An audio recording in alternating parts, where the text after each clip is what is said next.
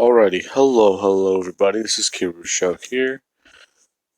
Okay, I am not muted, that is good already. That means we're off to a great start. Now, when we last left off, people just got back from Island. And they were told that they are going to be going to the forest training camp. Everyone's actually talking and asking what they did. And this is whenever, let's say Kaminari would actually turn, asking Deku and Jiro essentially what they did on the island. Because he's pretty sure he saw them run the obstacle course and then leave. They would just explain that actually they went off to go see a music shop there. In fact, we also found this old CD. It's from an old heavy metal band. What band is it? I don't know. It's pretty hard to pronounce. I think it's in English. I think it's Death Punch? Punch Death? What? However you say this syllable. If you guys are confused, Japanese misses quite a lot of English syllables. So it's very confusing to both sides. Now, this is whenever he would then turn saying, "Oh yeah, but what about those two?" As you just see Ochako actually somewhat talking Bakugo. I'm pretty sure I set them up on a date. You did what? Well, yeah, those two actually kind of bounce off each other. Kind of reminds me of us. Really? Well, yeah, except for the whole as he gets interrupted by Aizawa. They would then be told that they are going to be using their quirks for the next 2 weeks. Deku's thinking that, okay, he's telling us this now.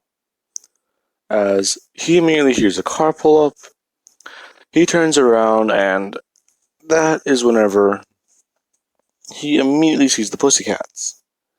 He starts to fanboy and talk about them a little bit, but they immediately cause the avalanche, which Deku does not have a support item, so he cannot stop himself. Jiro would actually be able to grab him while he's falling and actually set him on the ground, as everyone else is still caught up in the ensuing landslide. Bakugo was actually able to help Ochako, and she was actually able to help Bakugo. He was essentially able to control their fall while she made herself lighter. Now then, Aizawa tells them that they will all be using their quirks to fight their way through this, which is whenever Pixie Bob would actually take over, saying that all of you have 2 hours, and in fact, if you guys do not make it within that time span, you will not get dinner. Now then, she knows about the 2 explosive twins because Aizawa's explanation. In fact, I think you 2 are the best to ever have fought All Might. He doesn't like holding back, so we kinda did something for you. Which kinda confuses them. People are thinking, okay, these 2 are getting special treatment, which is whenever Pixie Bob would say, we created a giant monster specifically to have thick skin, so it's going to be harder for you to destroy. Okay, they're not getting special treatment. Which is whenever Deku, he's immediately thinking, okay, I at least have my finger gloves, so this should be a bit better. As he immediately takes them off, and they begin fighting through the forest. Deku and Bakugo would eventually encounter this giant monster. As these 2 are thinking about it, this thing is bigger than the 0-pointer. How did they even miss this thing? They should have been able to see it from the street clear as day. Now then, everyone is working on trying to help them take this thing down, because if they are able to push it downward, they might smash a bit more of the monsters in the forest. Which, after a while, Bakugo and Deku aiming for different joints and things like that, and Mina using acid on its legs since she does not want to climb it, along with Todoroki being able to throw as much ice forward as possible, knocking off balance, they would be able to take it down relatively fast, if not faster than the Pussycats anticipated, because they were only accounting for these two explosions. Now then, they would make it to the forest, or the camp, and yeah. They would then be told that they made it, but they did not make it in time. So, you guys will not be getting breakfast. Well, you guys will not be getting, I think it was lunch. Actually, I think it was lunch, not dinner. Anyways, they would then be making lunch later. Lunch. They would then be making dinner later, and everyone's essentially watching as Bakugo is very skilled with a knife and actually cooking. As they just see Deku creating a giant stew pot. They're asking him what he's doing, and he's just saying he's throwing in what sounds good. As they see him throw in sriracha, seasoned salt, a bit of vinegar, some cooking oil, and some other things. They're watching this thinking, oh dear god, he's gonna mess this up. But he also throws in some noodles and actually some other flavoring. As he creates udon with meat. Now, people are actually surprised as they try it. It's sweet, it's spicy, and it's a little sour. But it's got that perfect mix to it. This actually surprises people thinking, okay, so he just throws random things together and cooks? Is this a secret quirk? No, it's not. It's just a naturally bullshit talent. Now, this is whenever we cut to training the next morning. Oh, hang on. Alright, okay. Yeah. I just responded to a comment by Seth. He was talking about a Deku who can evolve. He was talking about a quirk, but I somewhat had something like that planned out. But it's going to take time. Now, everyone is training their quirks. Bakugo is doing his usual explosion thing, while Deku does something like Todoroki, where he is in a giant pot of boiling water, and after a bit of time, he's supposed to jump out and immediately just run around, touching as many objects as he can and actually flicking off his explosions, as he's told to make them as large as possible. Deku does so, and this place is basically like a war zone. As Class 1B is told, they will be going further than they should today. They're asking why, and the explosions would immediately go off behind him, and he would just say, well, first off, there's that. Second off, we don't want shrapnel stabbing one of you. Mortimer was immediately thinking, okay, that's a pretty useful quirk. I'll keep my eye on that guy, as he will have no relevance to the story whatsoever anymore. Like it should be. Now then, as they are doing this, Deku is immediately just doing this over and over again for the next few hours, along with trying to work on his explosive burst. Now, this actually feels somewhat weird to Deku, because he's thinking that if Bakugo can do this, then that means, should he be able to do this? Because even though their quirks are different, they do share similarities. This is just one of them. I'll have to figure this out later. But for now, let me just at least try and see how long I can hold it. Now, this is whenever Deku, they would all work out until it's time for dinner again. They'd be asking what Deku's going to make this time, and he would just make the same thing, which confuses people. Bakugo would just say that, don't worry about it. The nerd may make the same thing over and over again, but it's because it's good for our quirks. What are you two even talking about? Oh my god, we've given this explanation, haven't we? I'm pretty sure we have, man. Sorry, recording cut. Okay, dumbasses. That's not our names. Dumbasses. We've explained before that our quirks are both sweat-based and ignition quirks. Basically, what does that mean? The more we sweat, the more we can use our quirk. So, wait, that's... Okay, I think I get it. As Todoroki immediately thinks, okay, so they make spicy food and eat it a lot so that they can sweat more. Pretty creative, actually. It works for my fire side, but what would I do for ice side? Just chew on ice? Which I can actually see Todoroki doing.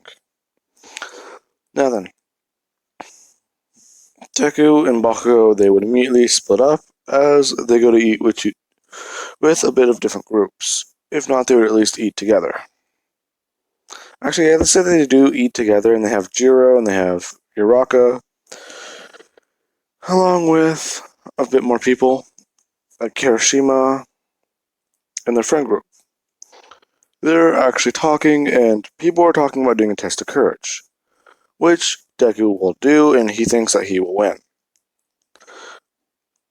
Bakugo's saying that he won't win because he'll win.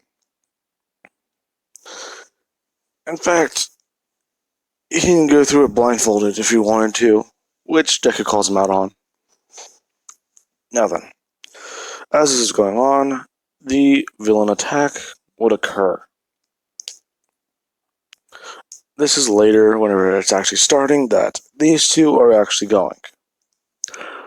Deku's a bit confused, thinking, wait, wasn't there a kid here earlier? Where did he go? As these two immediately just start walking through the forest. Jiro's actually talking with Deku, asking him if he's been able to learn a bit more about his quirk. Deku would just say that he has, but things have been a bit weird with it. It's been feeling a bit more tricky since our island. What do you mean tricky? I don't know, it's kind of weird. I feel like I can do more with it. Like... I'm not sure. Now then, Deku would immediately be attacked by a villain, as they reveal that the villains are here. Deku would immediately just bring out his own hands, and he would immediately look around on the ground. He finds a stick as he grabs it and he actually throws it toward the villain, actually releasing it as the stick explodes. Now then, this is whenever Deku and Jiro would begin running back towards the camp. As they are doing so, Deku hears a loud thud in the distance, if not a loud boom. He immediately begins running over, and he sees that it is actually just Muscular, along with Koda. Yay. Now, Deku immediately runs over, actually thinking that that's not good, that's the kid, as he tells Jiro to go get Bakugo and go get Kirishima along with some more pros. If not, go get the pros. And tell them that they're over by the mountain. This would actually make Jiro step on it a bit more as she begins just throwing as much power behind her as she can to move forward. As Muscular somewhat caught attention to this, he would look and see Deku. Now, he's just thinking, oh, it's just some kid. Alright. I'll deal with him later, or in a minute. As he immediately cocks his arm backwards, Deku just touches the back of his legs, he would touch the ball of his feet where his shoes are and immediately start blasting himself upwards toward Muscular, telling him to stop what he's doing. Muscular would just say no as he goes to throw a punch at Deku, but Deku, he actually just somewhat shifts his body weight, dodging the punch, actually slapping Muscular on the arm and actually sliding his hand upwards. As he moves away from Muscular, he is immediately thinks, okay, time to release. Oh no. As he looks, there's Koda behind him. So if he releases, the explosion could probably throw Koda off the mountain. As Deku goes landing onto his feet, he's actually thinking, he would just yell, Koda, you need to get out of here. Muscular just starts laughing, saying that,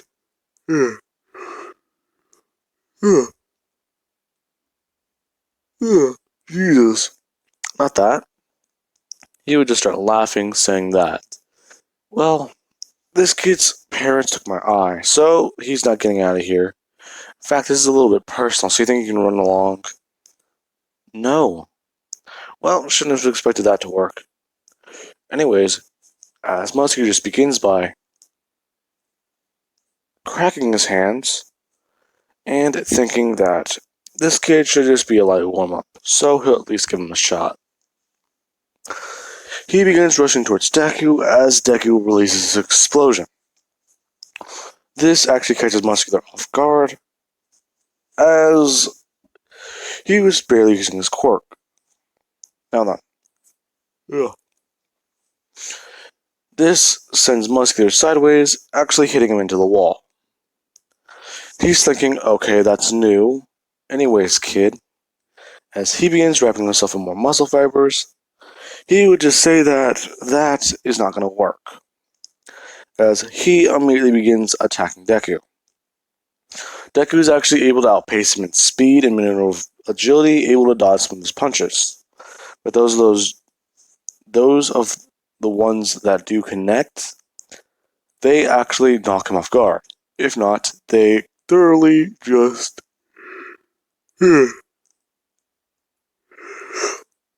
break something. Now then. It gets to the point where eventually the heroes would show up, and they would be able to get Koda out of there. As Deku brings his hands up to release, he actually taps with all 10 fingers, blowing up the entire area surrounding Muscular. This actually surprises him because he didn't really think about that. Now, he immediately just starts bringing his hands up, thinking, okay, this guy's not done yet. As Bakugo comes flying in, Deku immediately watches as he's going straight toward where the blast was, and he immediately brings his hand out. As Muscular actually slams Bakugo in the chest with the side of his arm, throwing him back towards the group. Now, Deku, he immediately thinks, okay, I think I have an idea. He's thinking that he hopes this works, otherwise he's probably just going to blow himself to smithereens. The Pussycats realized that they would not be able to win, and he could see this and hear it through the telepathy, saying how they just need to fall back or hide to get away from the sky. They already called the authorities, and All Might should be arriving soon. Now, after hearing that All Might should be here, Deku's actually thinking All Might won't be able to fight against this guy. So this is going to be difficult. He immediately puts his hands down, actually thinking about it, and he actually feels the ground, and it's weird to him. He can actually feel the entire area he's touched. As the area begins smoothing outward, he starts thinking toward Muscular.